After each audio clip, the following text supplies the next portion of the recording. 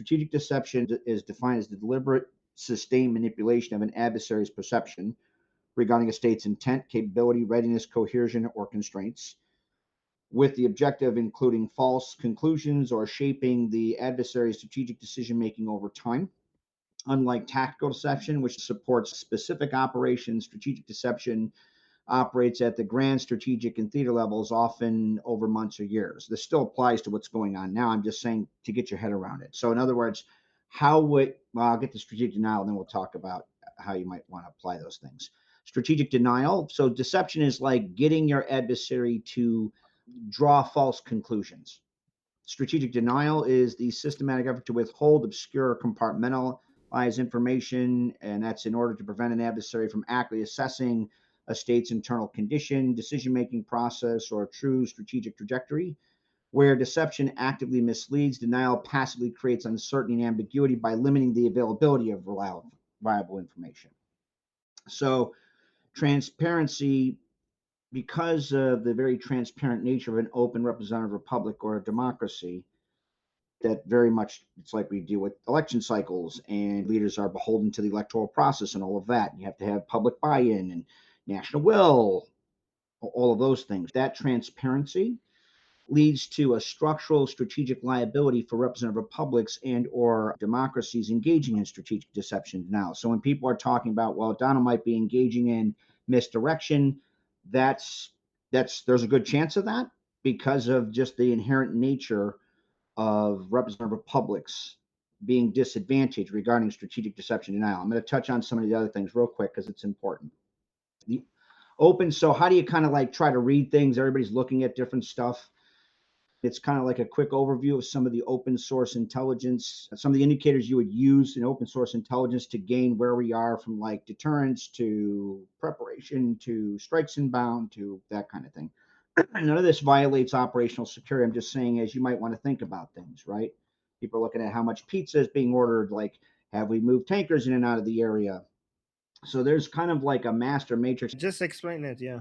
All right, sorry about that. So, there's like different indicators one would look at: command and control indicators, force flow indicators, things like air and missile defense, and what we're doing with Patriot and THAAD, and diplomatic, legal, and bureaucratic indicators like the State Department telling people get out of Iran, So non-combatant. what's the conclusion of all of this? That's the main thing. You want a conclusion? Is okay. So the best that I can kind of gauge, and this is again me just using open intelligence sources and these indicators, the current OSINT picture, at least to the best that I can show, shows multiple red indicators clustered in non-combatant protection and civil defense. That's like things like opening up bomb shelters in Dimona and all that. It's supported by amber indicators in command and control, diplomacy, and maritime posture. And it has, without red level kinetic, like red level indicators in kinetic. Bring it down to medium level. You're talking too advanced. All right. So green is like you're not seeing very much, right? It's like average peacetime. Amber is like heightened. Red is like getting ready to go in, right? Okay. So there are multiple red indicators clustered in non-combatant protection and civil defense. So we're dispersing our forces.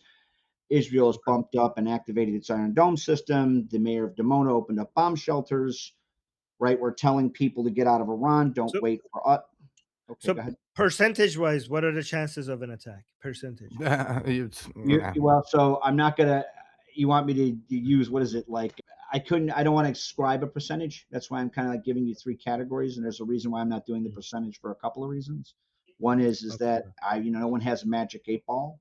And another one is, if I was to ascribe a percentage, I wouldn't want, let's say, other people to hear that, try to gain any kind of operational insight, even though it's not classified. It doesn't mean it can't cause damage. There's a reason I'm saying it the way I'm saying. What are the chances of Trump? Like, last question, and just say it's a short answer. Okay. What are the chances of Trump being influenced by Saudi Arabia, Qatar, and the UAE to basically try to back down out of his promise? What are the chances? So here's the short and skinny of it. As I said the last time I was here, the environment is very much defined as a complex adaptive system, and the events going on inside Iran is within a broader geopolitical and geostrategic environment. Chaikom's pressure towards Taiwan, Putin doing things in Europe. Yep. And so those are all moving parts. And so as those moving parts continue to move, actors engage in something called competitive adaptation, meaning you're modifying things on the fly. Now, that's not to say if modification means somebody's not coming to help you. I'm saying that if you see a change in posture or activity, it could Okay. it could be that we're just modifying things on the fly, or it could mean something else. I can't give you a definitive answer. I'm just saying it could be either one of those. Okay. In my turn, All right, I will try to paint it in some other colors, but I got you different. All right. So actually, the list that I had before you came in is Ruth was next, and then Jeffrey, and then it's you. Yeah, that's what I Good. Oh, okay.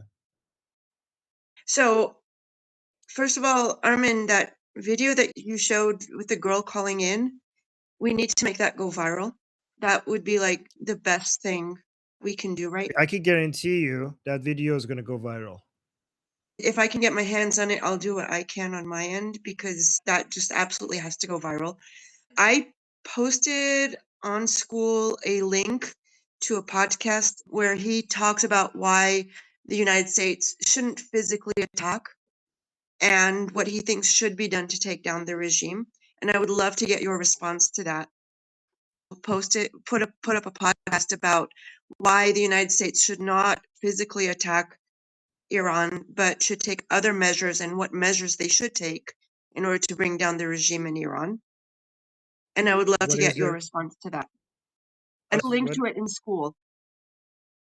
Okay. How long is the video? I posted a link to it in School under news. It's about 30 minutes.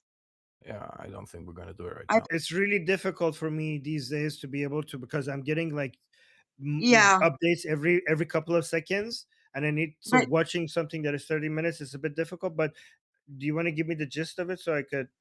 The gist of it is that he's saying that if you attack, it's not going to be effective because the Iranian regime doesn't care about the people, and the more people that get killed, actually, the happier they will be. And who's asking what? Who's asking about attacking the? Okay, that is retarded. Who's asking America attacking the people? The attack would be because on there's always Basiji going to be base. collateral damage. Yeah, the IRGC people, they don't care about them either. That's the claim. Okay, but what's the harm?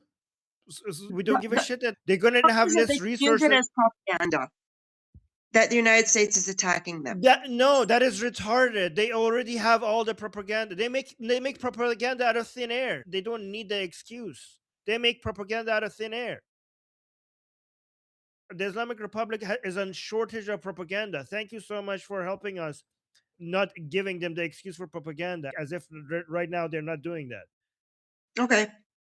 Yeah. Anyway, he gives 5 things that the United States could do that are not a physical attack that would bring down the regime. We need a physical attack. We need a physical. Okay. We need things to blow up. We need IRGC bases to blow up. We need Basiji bases to blow up. We need major politicians to blow up like yesterday. Anything that is not physical, anything that is not a military, is actually going to destroy the hopes of the Iranian people because it's much less than what they expected. Anything less is going to contribute to demotivation. Because we're waiting for something. The Iranian people in the streets, they're begging for something more. Mm-hmm. Okay. Right. Thank you. So, Armin, number one, before we move on, I just wanted to tell you, because I wrote aside the names because I knew I won't be able to pronounce it, but I saw that maybe you would like it that the U.S. just sanctioned globally 2 guys. The U.S. just sanctioned like globally 2 guys, Reza Muhammad Rashfadoral, and some other guys, some heavy guys from the IRGC. They just sanctioned them like globally. That's not going to do much these days. They can't run now. Where would they go? Oh, okay. It's good. And so that's one. And I honestly, I want them to be able to run, because if they can't run, then they will stay in the country and they will fight the people. I want them to have a way out so that we could hunt them. We will hunt them down later. I want for them to be an exit door so that they focus on running away rather than focusing on killing the Iranian people. Right. Anyway, they can run to Russia or something. So that's one thing. The other thing is I wanted to talk to you about, because you're asking a lot of questions that, I mean, it makes sense. The situation doesn't look very promising sometimes. And what Jeffrey is trying to tell you with the amber and all the colors, that's very American. They in their manual, the colors. I don't know why, but it's a very American thing. The only thing that I can say to you is I think that you guys should trust the process. You don't move half of the fleet, halfway of the world to negotiate. You don't do that. Trump said, and he alerted that there's going to be psychological warfare from the kind that they never saw. And this is exactly what you see. I don't know if you like football, but in football, like it's soccer, we call it football. You have the tiki taka. You know what it is? It's when the players are moving the ball very, very quickly in sharp angles, and then they can actually like go between the legs of some other player and then score the goal. That is exactly what Trump is doing. I think there's pointing finger games for like 2 days between the White House and Israel, that they say, listen, guys, we need to move on. It's taking you too much time. And then Israel tells the US, no, it's taking you too much time. We are ready. And then they say, no, no, no, you are not ready. We are ready. And listen, it's psychological warfare, and they're fucking up the IRGC. They are. And the more that we will explain it, and the more you will explain it to the people, the less effective it is. Okay, the more that we talk about it, the less effective it is. So have faith. That's all I'm saying. And now we have Daniel Dom. I watched the call to this. I don't know. Can I call it a show? When this woman was shouting in horror and was crying. Yeah, it looks like a radio show. Yeah. Where did she actually call? Like, what was that? Because they were looking super cool about it. Like he was smiling at some moments. That guy was speaking like that was. I tried That's to figure Manoto. out what. That's Manoto. That's the most. That's one of the second most famous Iranian media by the diaspora. The first one is Iran International. The second one is Manoto. Okay. Well, because I was just like with. It's I it's didn't big. understand. It's really big. I thought it. Yeah, no. I just thought she was calling in Iran to like some IRGC show or something, and somehow it went off Iran to No. out. No. What they wouldn't have a show like. They wouldn't have a show. How could you Yeah, have a show in Iran right now? yes. That he's calling from inside Iran to Iranians outside of Iran. I don't think it's more of a question about an extension for the talk of the psychological warfare, like where when they went to make the storm in the desert against Iraq, they did some move like to dehumanize their opponent. The Americans, they gave to the Iraqis elite, like they assigned them like they were cards, like poker cards. And then every time What they took someone off, they was just saying, "Oh, we took the king." about the Iraq War? You're fine. talking about the cards that they gave for the Iraq War? Yeah. So how's that relevant to the? I was just asking if there is any measure that Iranians can do right now on the regime guys, so like make a No, don't. separation between the citizens of Iran and those who are the leaders of the IRGC Yeah, stuff. don't worry. Wait a minute. Like, okay, don't worry. We have very detailed list and very detailed information about everyone's activity. So don't worry about that. You know who does what. Can you? Okay, I want to move to the next person. So let me know what the exact question is. If you could do it in one sentence. The thing is, can you do something to separate the bad guys from the good guys in Iran in the eyes of the rest of the world, and not being like every Iranian I don't think associated that with you need, some stupid. but why do you need? Don't. Does the world blind to the fact that the people of Iran are throwing up from the IRGC? You don't have this Yeah, problem. don't worry. Don't worry. We'll move past that point. Okay, we're not. We already succeeded with that. We already succeeded with that, and we have succeeded enough with that. Yeah. So don't worry. Okay. All right, Jeffrey. Oh, thanks. Just to answer the question, what Azzy is saying, I didn't want to use. I know you were looking for a percentage. There's a very specific kind of analytical standard. It's ICD 203, and I wasn't going to use that for obvious reasons. With regards to like the issue regarding collateral damage, yes, that's there. That said, you have to weigh relative risk between the risk of doing and incurring collateral damage versus the risk of not doing and then just letting the IRGC kill people indiscriminately. I'm almost positive that they're looking at things like that.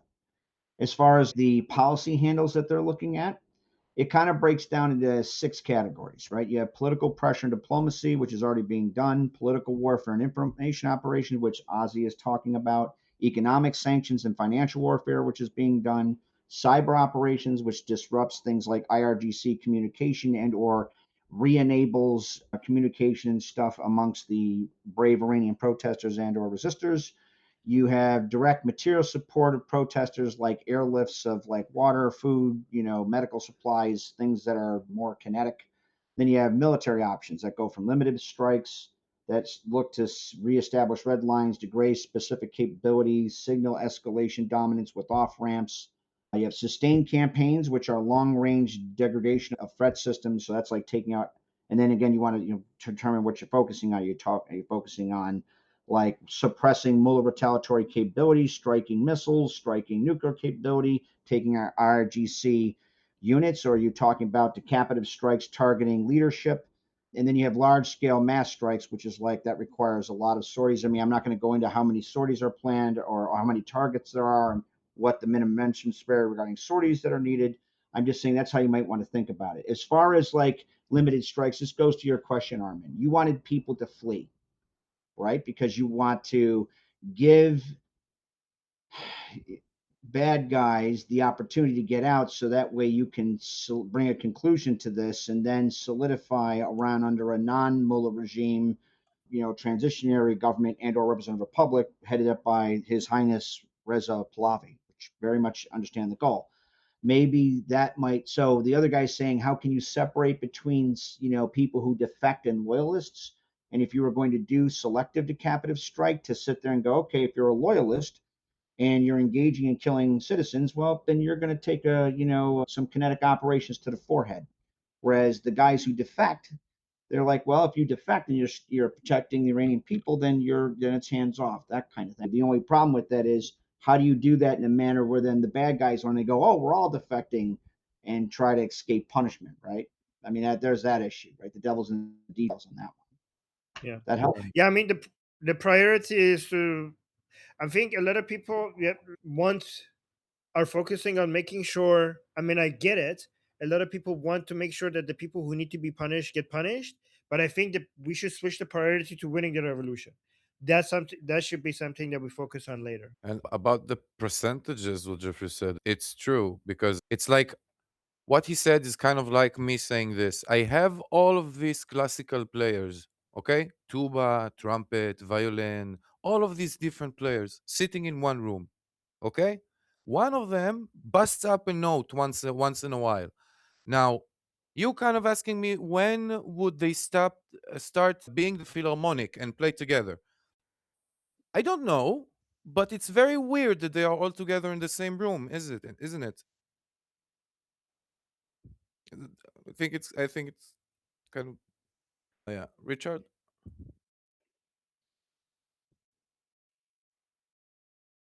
Sorry, Armin, I sent you that link to your Gmail.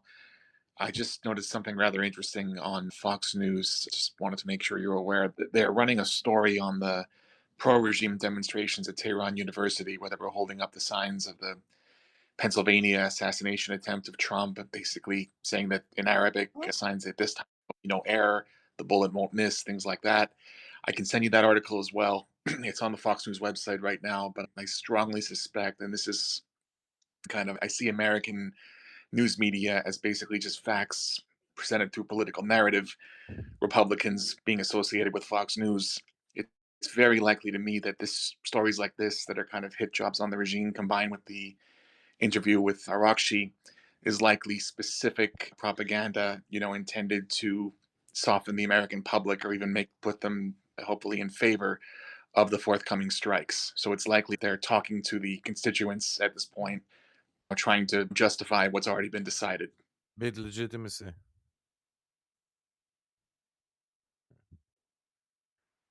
Okay. Yeah, you're right. Elad, please.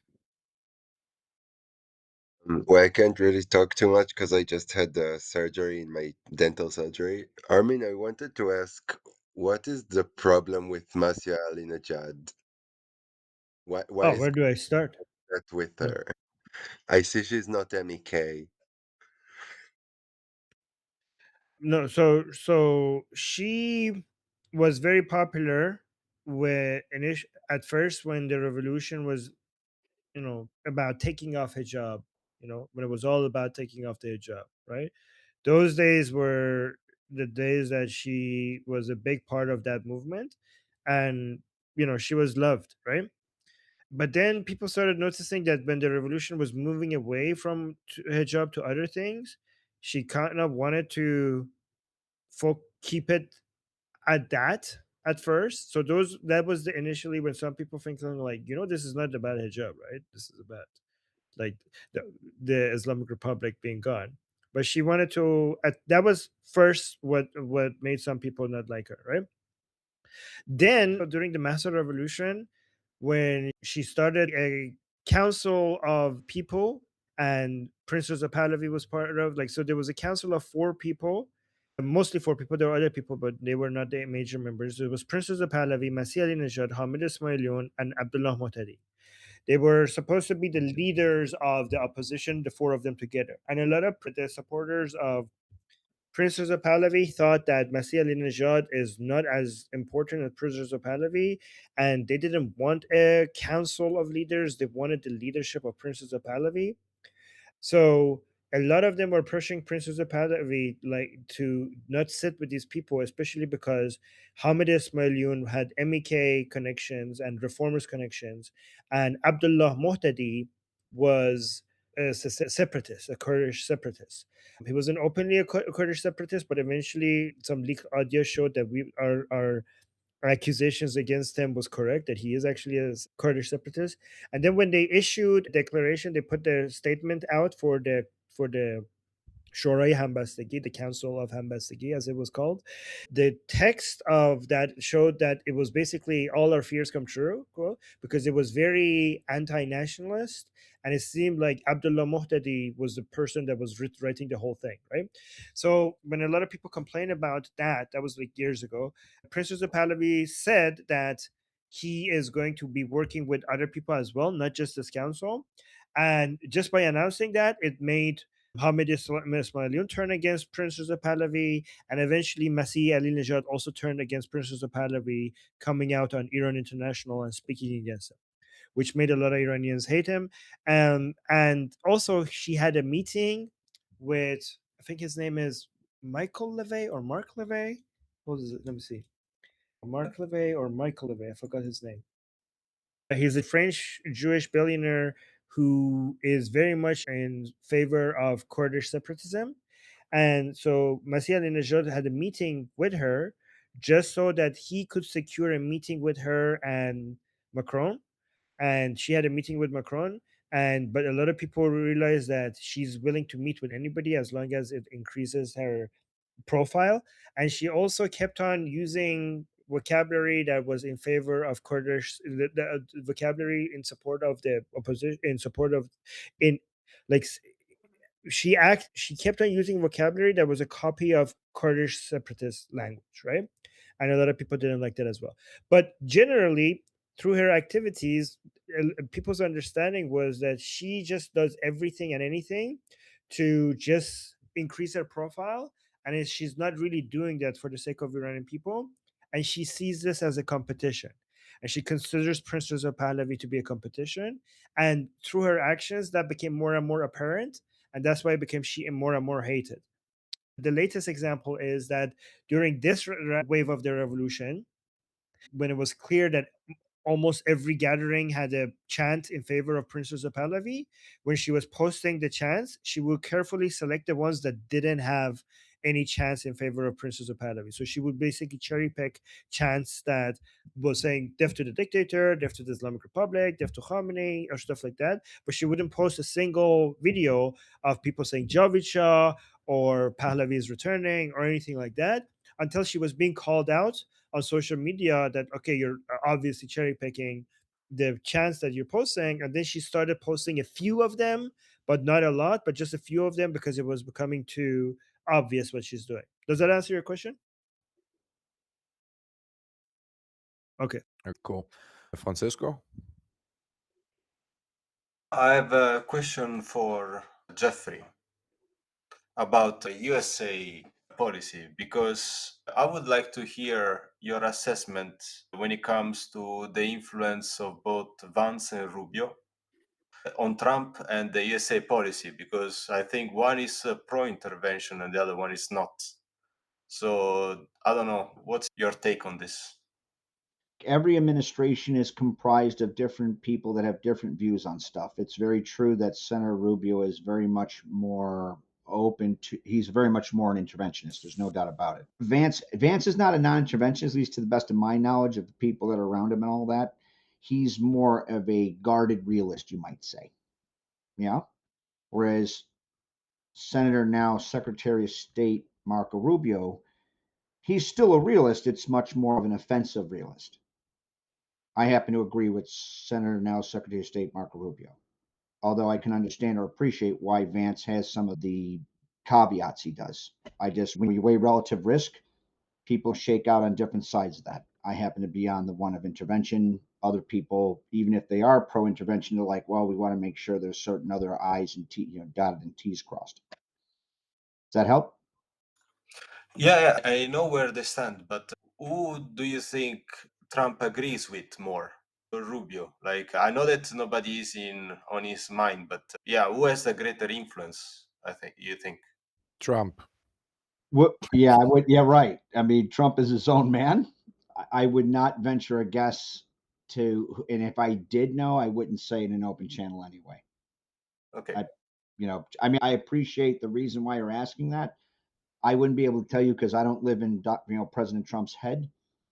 And if I did have inklings, which everybody does, I wouldn't want to venture that, not because, oh, it means it's, it's dangerous or it's bad or it's good. I wouldn't want to give any insight to anybody else who's not supportive of Iranian protesters. I respect that. Thank you. All right. Amen. Okay, so apparently, I just got this from Neil Bunny. Trump has made a statement questioning whether Iranian supporters of Pahlavi. Right. Uh, Yes. There are many. Okay, let me actually watch this. And Does it make people you are stress? posting.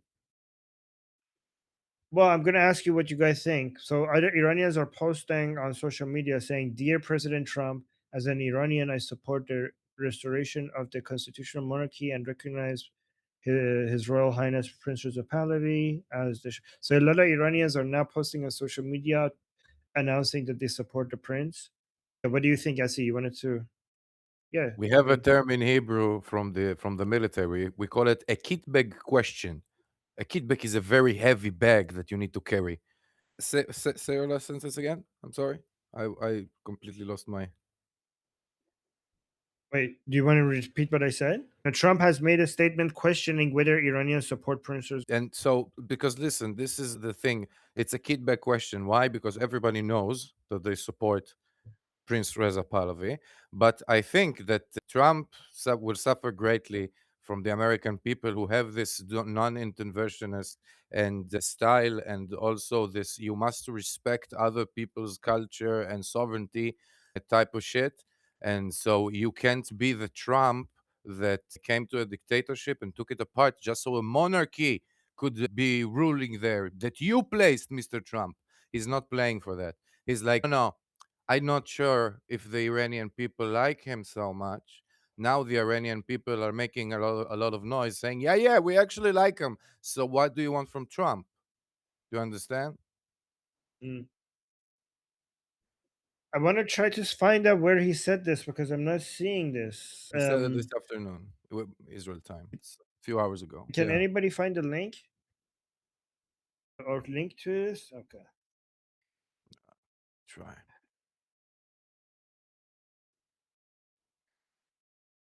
I mean, this is the Machado treatment. Remember, guys, when he said that about Machado, I said, I hope he doesn't ever say that about Princess of Pahlavi. I was right to be concerned. No? Am I wrong? Armin Pahlavi seems nice. I'm not sure how they will accept him in Iran. Oh, okay.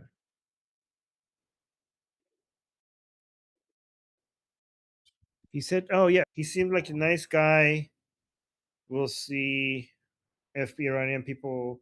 Yeah, so the way that you could make this into a more hopeful message is by saying that he said, we'll see what the Iranian people want, and if they want him, it's okay, right? Is that what he said? I need to re listen to what he said. This is extremely stressful, by the way. I don't know. Yeah. Armin, you're doing It's stressful. amazing at being strong. Samantha. We just talked about it yesterday, that in Israel, I mean, we're playing at hardballs and we're playing it so slick. But in wartime, we had Hagari, our spokesperson that came and he's talking slow and he came us down. You don't have that. You need to figure out like what's good, what's a good message, what's a bad message, what do you say, what you don't say, and yeah, I get the stress, man. Oh my God. I was getting calmed down by like listening to Yair Lapid, and now I'm like really fucking pissed at him. Okay. But yeah, like you need to just look at things, and say to yourself that you're not freaking out from nothing for the first 5 minutes. After 5 minutes, you can start freaking out. But Yeah, go on. That's why I pointed out earlier that Axios in the Washington Post was sort of not directly leaning in favor towards the Iranian regime, like the Islamic regime, but in a way they were making it seem like, oh, Trump is gonna back off striking Iran. Like that's the hunch I get. The stressful part of all of this is that what I think is happening right now, it's the most important part of Iran's history in our lifetime, right? And this is our independence movement. This is going to be our Genesis story. Yes. And I am living through it and I'm taking part in it, right? If I'm doing anything wrong, I will look back at it for decades and realize that I was part of the problem rather than the solution in the most historic moment of our history. It's like being afraid of Yeah, raising but your own. the difference is that your kid is one person, but as we're speaking right now, bodies are dropping on the ground, right? Like we're talking about thousands of people. And every mistake by anybody could basically add to that. Yeah, but you do your best, and that's what you can do. Well, doing your best is not good enough. Doing your best is what losers say just to make themselves feel better about themselves. But I'm trying. So this is why I think I need criticism as much as I really appreciate people telling me, "Oh my God, Armin, you're doing a great job." And that is, to me, I appreciate that because you need motivation. But I also think that because people want to be kind to you, if you're making a mistake, they're encouraging you to continue your mistake because they don't want to be a bad person. So I feel like there's no self-correcting mechanism here because everybody wants to be supportive. Okay, Jeffrey, please. Jeffrey, then Francisco, and then Michael. So, with regards to what people think we're going to do and how we make sure certain policies are enacted, as you know, we live in an open, representative republic and free democracy, which means policy is directly dependent upon public buy-in. And public buy-in, so like social capital becomes political capital becomes national will becomes steel on target, right? That's what you're looking to do. And so you and Goldie and the rest of you do a lot of good in a couple of ways, fighting the battle of the narratives. Yes. One is to sit there and debunk all the disinformation. Like one of the things coming out is this moral relativism regarding, that tries to falsely argue that the Savak under the Shah is somehow the same as the horrible stuff that the Mullah regime does, which is absolutely not true. I'm just using it as an example. And the other one is to maintain the news cycle on the topics so you can guard against issue fatigue. Now, you're already doing amazing jobs on that. To your point, though, this is important regarding the important role you play. You cannot let the perfect be the enemy of the good or effective. And while everybody here understands your suffering anxiety, even though we can't personally experientially understand it, they understand that that's there. If you let things, while the anxiety gives you impetus to get things done, if you let it overwhelm you, then actually you're more apt to make a mistake. And I think that's what Ozzy's trying to do to help you. Well done, Ozzy. Thanks. So we said the Francisco. Yeah, my question is if anybody knows a source tracking how many embassies are changing flags, because I know it happened in London, it happened in Oslo, but for what I can see, the news that are reporting of Oslo changing of the flag is like somebody, I don't know, spray painting graffiti, something. Yeah, an act of somebody damaging the embassy or something like that.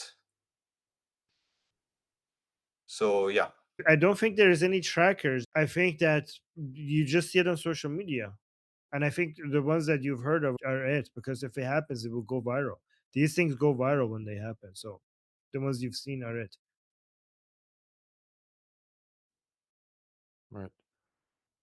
Michael? Yeah. I feel like we should be criticizing more like the Western media, like the BBC, because those motherfuckers, they're like really in support of the Iranian regime. And then you have people like Pierce Morgan.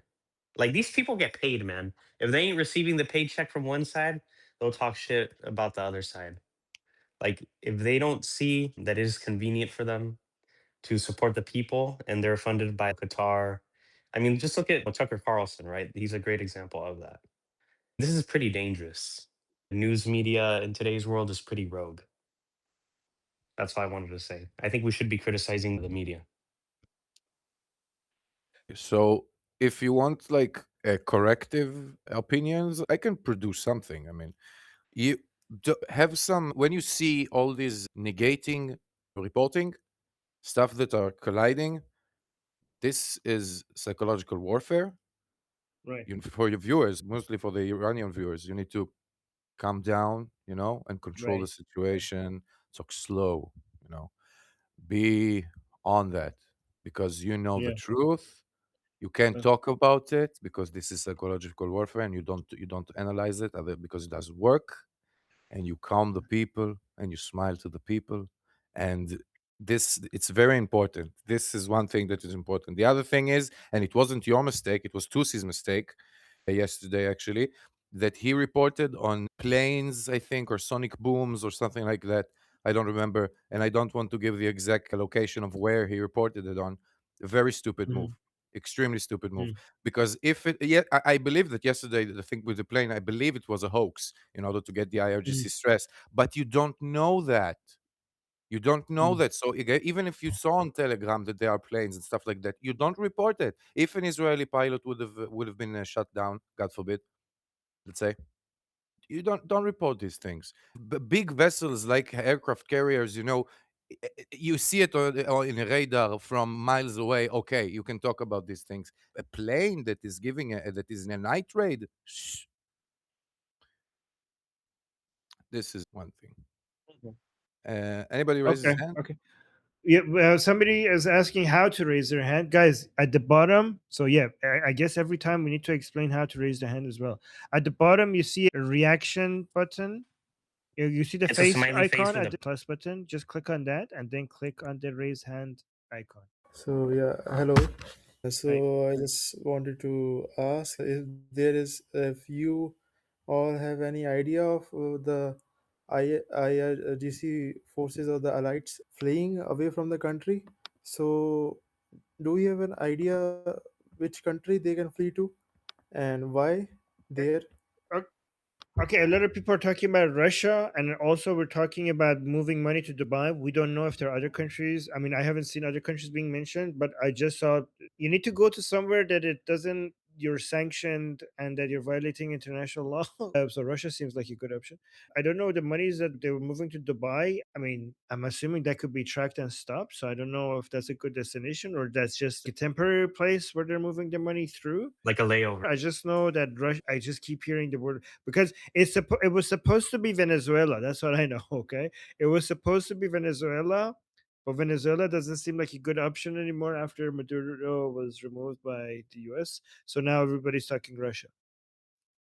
Yeah, but I'm not saying this is the answer. I'm just saying this is the conversation on social media. Daniel Dom. A question to Jeffrey, a little not a politically correct one, but is there something that Iranians can say or do to make it looks more like a deal to Donald Trump?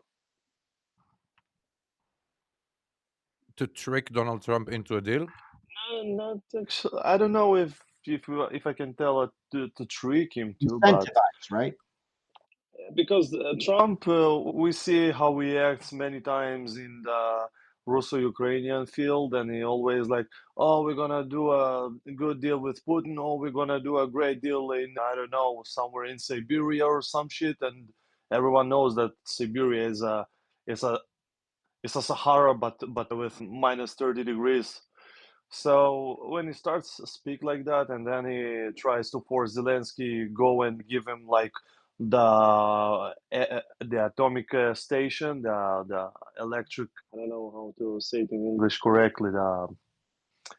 Let's keep a conversation pretty Okay, Iranian right now because Armin is so here. yeah, so the question is there any way to make the free Iran look more attractive to Donald Trump and to the MAGA wing in the Congress I mean, to make that to be was more the active? IPP. The foreign policy part of the IPP, the transition period of the IPP plan was exactly for this. This is why now they're turning it into an infograph and Princess of Pahlavi is coming out and talking about it. That's the whole point of this. Right? Remember? So initially they put out the IPP plan, the emergency transition plan for the transitional government after the Islamic Republic has fallen. That was a PDF, like it was a booklet, right?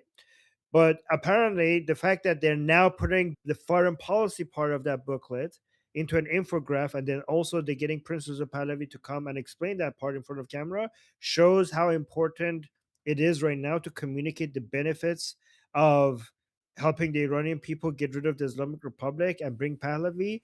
How important that is right now. To me, that suggests that we're still behind the scene. They're still fighting for convincing Trump and his base right now, because all this marketing to me suggests that there's still some convincing required.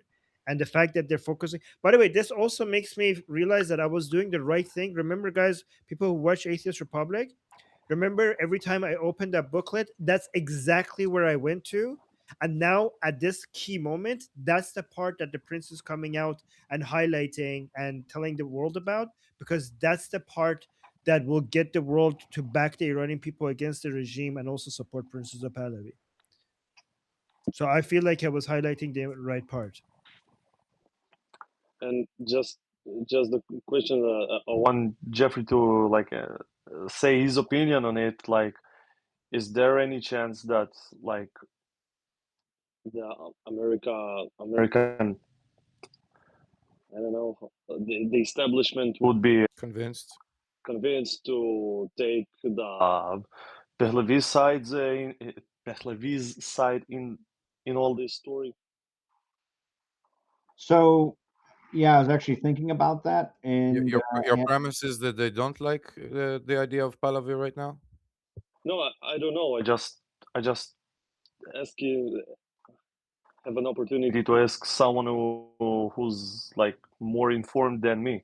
Right, sure. But I'm asking, what is your premise? Your premise is that there's there's work to be done, so they will be in favor of Pahlavi? Is there more work that should be done? I believe yes. one of the things I was looking to, that's the nature of issue fatigue, right? So issue fatigue means that, without deliberate strategies, sustained coverage can paradoxically lead to information avoidance and reduce public interest, right? So you don't want that. because public interest also kind of like incentivizes policymakers to focus on that issue. Some of the strategies to sustain news cycle anchoring is rotating story angles and contextual framing, which is what Amir and Goldie are doing, both Tusi as well. Let me finish. So here's what goes right to your question. Highlighting links to domestic priorities, right? So public opinion surveys show most Americans prioritize terrorism prevention, WB spread prevention, and national advantage. Of particular note right now is the national security context of mass illegal immigration that occurred under the previous administration. Well, one of the reports I wrote, and you can look it up on my Twitter, right, Cincinnati001, regarding why ICE is so important is that of the mass legal immigration that occurred under the previous administration, in the last year, 18,900 of them were known terrorists. A disproportionate amount of them were members of Hezbollah. Yes. So eliminate, how do you like link to domestic priorities? Because, well, how do you do that? Supporting the brave Iranian protesters in taking down the mullah regime. And this is real. It's not like lying, or it's just like legit. Taking down the mullah regime, which is very much the source of support for Hezbollah, Hezbollah being the most heavily armed terrorist organization in the world prior to Israel mowing the grass before, and the fifth arm of the IRGC, the same Hezbollah that poses an unacceptable risk of why that underrates in no insignificant manner why we're doing right now domestically regarding ICE. That's a good way to link those two things and subsequently give it more impetus. Yes, in this administration. That's an example of it anyway. Right. Thank you. Hello. Can you hear me? Hi. Hi, first of all, I want to apologize for not using my real name. The reason why is because I'm in a country where I decided I shouldn't really use my real name for now anyway, just for safety reasons. I just wanted to say to Armin real quick, I just don't want to take up your guys' time, but I've been following the stream with you and Goldie, and I'm in Sweden, and the thing about the parliament members with the comment, I just want to give a little bit of context because politics are very, very divided in Sweden now. Almost every single name on that list who had signed that paper were the Sweden Democrats, and they have only about 24% of, they're the second biggest party, but they have only about 24% support right now, and they're very, very controversial. They're basically so they're considered, far right. And so I just wanted to give some context that this could be twisted, because I feel like that's already happening in a lot of Western media, that this whole thing could be twisted, like they're trying to do that, to be a far right thing, which of course it isn't. But I just thought that might be, because when I saw that, even though of course it shouldn't matter, it was just like, oh no, because I know that the majority of, well, I don't know, but there's a good chance that the majority of people in Sweden who don't support the Sweden Democrats might dismiss things regarding everything to do with Iran if they see SD supporting it. I hope it will not be turned into a right-wing thing, but a lot of people in Sweden, they don't really pay attention to world news. They kind of just... But that's all I wanted to say, really. I could go into Swedish politics another time, but this is not the time for that. I just wanted to give that little bit of context because I couldn't help but notice, I'm sure it's not a coincidence, that the only other party I saw represented there was another party that's almost as unliked and seen as far right. So yeah, that's it. I don't want to bring you down, but I just wanted to give you information. No. That's important information to have. I appreciate it. It's still a positive for us because at the end of the day, they're the second biggest party with a quarter of the support of a country supporting Prince Reza Pahlavi. For us Iranians, that's a win. Even if internally, I don't know, that's internal politics of Sweden. I mean, we're not used to politicians of other countries officially recognizing Prince Reza Pahlavi. So those internal politics, like I know, but that information is valuable, though. Like, thank you for sharing. I mean, lead to something and not just be some empty symbolic thing that then doesn't turn into anything. That's Right. yeah. Right. I Thank you. mean, Thank you. for context, I mean, they're called far right because they're hard on Islamism. There was this incident that happened some time ago. I don't remember when they were called far right and fascist and yada yada yada for their hardline immigration policies that they had at some point. And then relatively recently, like the leftist parties came out and were like, "Oh, they were right. Like the Swedish Democrats were 100% right. We should have had their immigration policy." So it's just an ad hominem. Like I do not think that that label accurately categorizes their policies. When I look at their policies as an American, I'm like, this isn't far right. Again, it's all relative. Well, yeah, Sweden doesn't have a far right party. Which It's is all leftist. It's all socialist. But the thing is that when you're actually in Sweden, though, and it's all kind of insane. And so Yeah. that's just the way the media spins it, and that's what people believe. So I mean, Yeah. of course, Yeah. it's not. The real story is different, and I'm not saying I support them. I think all politics in Sweden is. But yeah, I'm not going to go into that. I just wanted to give you a little bit of context because I appreciate wanted it. to know. Thank you. Thank you. And I know it's not an important thing, Thanks. really, in the greater. No, but it can connect to what we talked about because it's exactly why Trump said, "Hey, I don't know. He seems like a nice guy, but I don't know if the Iranian people like him." it's exactly why because now like I throw the ball to you, Iranian Yeah, people. You Masi, say that you like him. Now we can go on. you're more American than I am, bro. If you're gonna do the voice, you better do it right. You guys are There you go, freaking me out.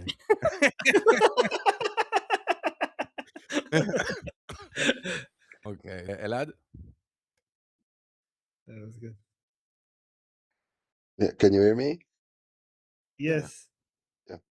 I wanted to ask, what about India? Because everyone is talking about like the Arab League and China and Russia and the US and Israel. And it's not like India is not a big player and it's not like they don't have a stake in the game. So what's happening with India? Well, India is actually very good at taking a balance. Actually, you know what? Let Himet. You can you respond? We have why am I even responding? We have an Indian here. Himet. So, as an Indian, I know what India is up to. So, India is a neutral country. They are playing things with Israel. They are Exactly. playing things with Iran. They are at both sides and they are supporting both sides. They are with the Iranian people and they want to topple the regime and they support the Iranian people. I think Indian politics is more deep than we think. And I like how they play it, and that's why we are safe. And that's how it is. We are a neutral country and we are just like we don't care, but we also observe it, and when it's our chance, we take it. It's not like you don't have an issue with this regime. I mean, you have 100 conflicts on your borders right now with extreme Islam that is funded by them, right? I'm sure that there are some things that are happening behind the scenes, but can we have any indications of it? Do we know any indications of it? The media does not cover this, and I'm very sad for it because I don't know why the media is not covering this. And as an Indian, I'm watching you guys here, and I'm not watching my media. I'm watching you guys so I can get information. So We appreciate having you here, Himet. yeah, and I think they should cover more, and I think they know the context and they know the things that the military is doing, but I don't know why they are with the Western media and stuff with the propaganda. I don't know why they are doing this, but I know that military is up to something and they want this. They want the revolution because we know that the funding comes in Pakistan. It also supports the terrorists that did the Pahalgam attack, and then that caused the 6 day war of India and Pakistan. We don't want this anymore, and we want to get rid of the terrorists. We just want it.